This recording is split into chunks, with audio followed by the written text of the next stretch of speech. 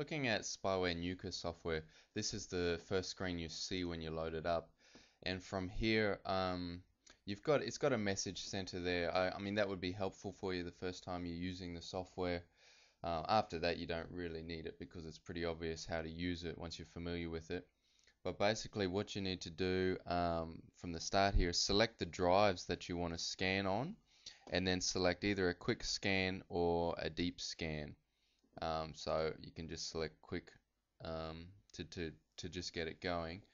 Now, if you go up into the menus, you can view all the tabs that are here. Basically, under Tools, if you go to Options, it shows you it's got an Options tab here where you can either start the software automatically when Windows starts. So this is automatically ticked. You may want to turn that off because it can slow down your computer if it's running all the time. But it will create log files and backups as well. And you've got a few other options here. They don't. It doesn't make much difference whether you show a splash screen or not. And create a system restore point. That's a good feature that you would want to have with a spyware scanner, so that every time it does change something to your system, it creates a Windows system restore point, not just something with its own software. It integrates with Windows, which is a good thing.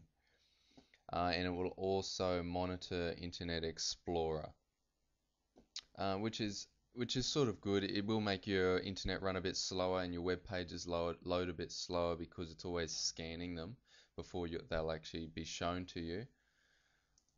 Auto update, this is a good feature you'd want with a spyware scanner. You want it to automatically update itself so that you don't have to worry about it basically.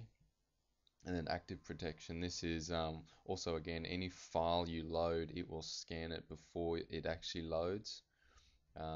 Which will slow down your computer a bit, but if you want that level of protection, that's a good feature. And you can also schedule it. So it's got most of the main options and features that you'd want with a spyware scanner.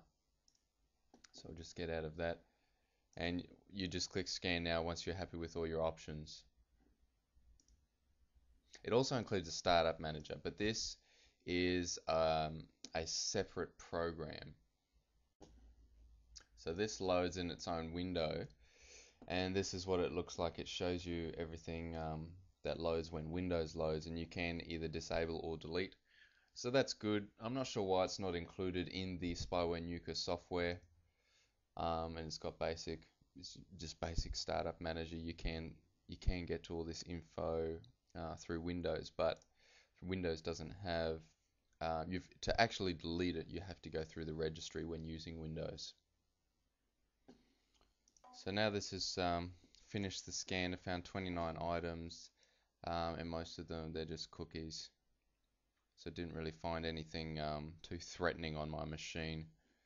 And then you can generate a report from that. So if you've used Spyware Nuker and you liked it or didn't like it, or have some comments about it, then put your comments below so that others can get an idea of what you thought of the software.